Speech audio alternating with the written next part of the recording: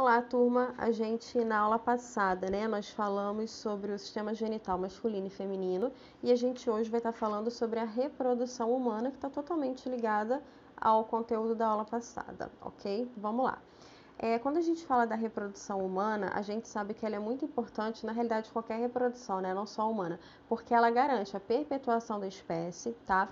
Mas quando a gente fala da reprodução humana, a gente sabe que ela é sexuada e ela depende da participação de dois parceiros que têm que ter sexos diferentes, tá? Por conta dos gametas que eles vão disponibilizar na hora da reprodução, que é o gameta masculino e o gameta feminina, tá? Depois que houve o ato sexual e a mulher estiver num período fértil, normalmente ocorre a fecundação, tendo em vista que essa mulher não tenha nenhum problema reprodutivo e o homem também não, tá? De uma forma geral, ocorre a fecundação. E aí é o seguinte, quando a gente fala da fecundação, o que é a fecundação? A fecundação nada mais é do que o encontro do espermatozoide com um ovócito, tá? Que vai ser seguido da fusão, do encontro, digamos, né? Da fusão mesmo, da junção dos seus respectivos núcleos, tá? Dos dois núcleos no caso. Na espécie humana e dos mamíferos, de uma forma geral, a fecundação ela é interna, tá? Essa característica do ser humano está associada, logicamente, à relação do ato sexual, tá? Do qual o espermatozoide é lançado na vagina, tá?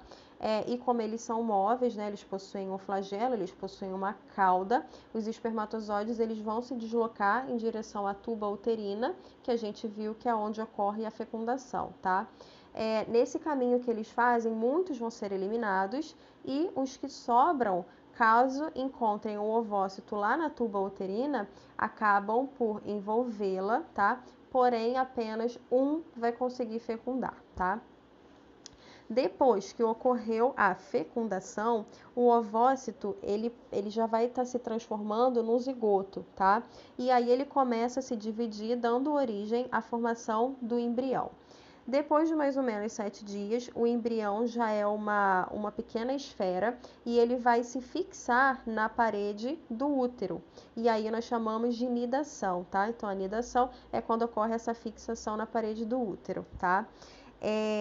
Essa fixação lá na parede do útero, ela vai levar à formação da placenta, tá? Como se fosse um encaixe entre os tecidos do útero e do embrião, tá?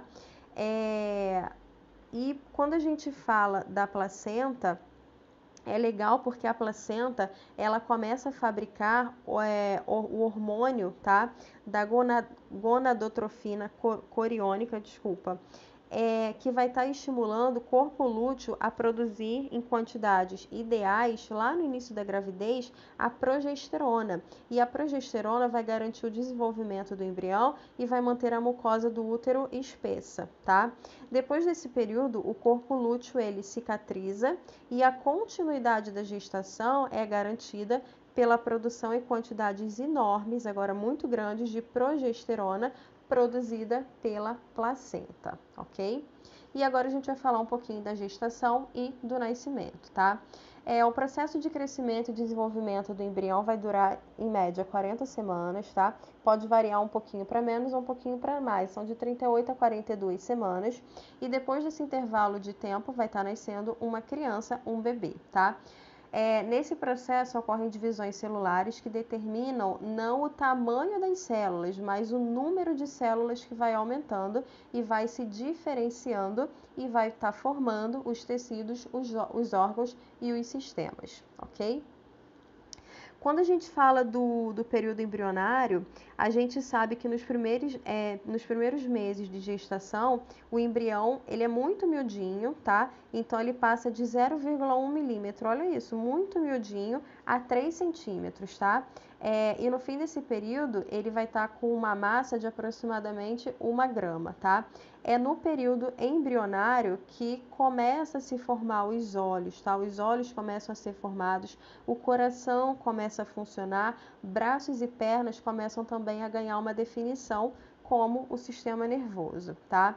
Na 8ª semana, lá no final do período embrionário, o embrião já tem uma forma humana, né? Não é mais uma bolinha, digamos assim.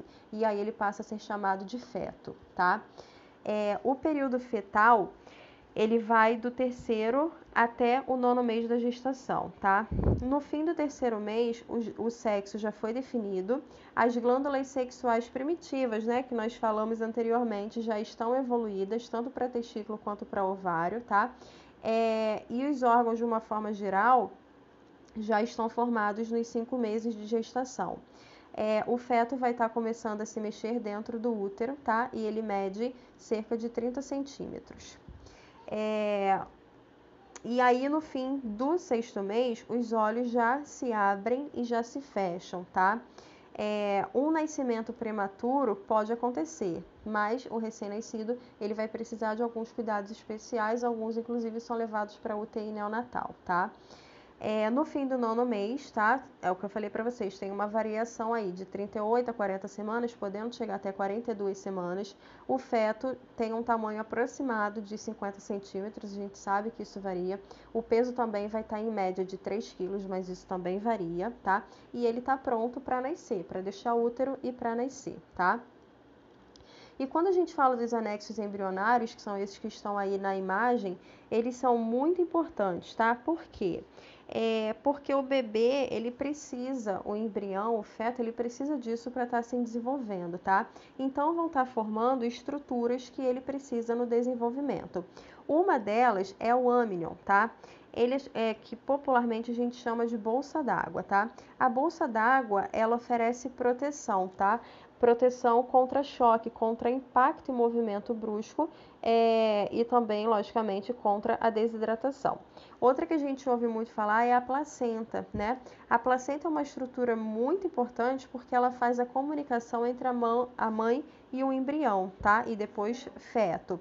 É através dela que o feto vai receber os nutrientes e ele vai eliminar tudo aquilo que é tóxico para ele, tá? A ligação entre esse feto, esse embrião,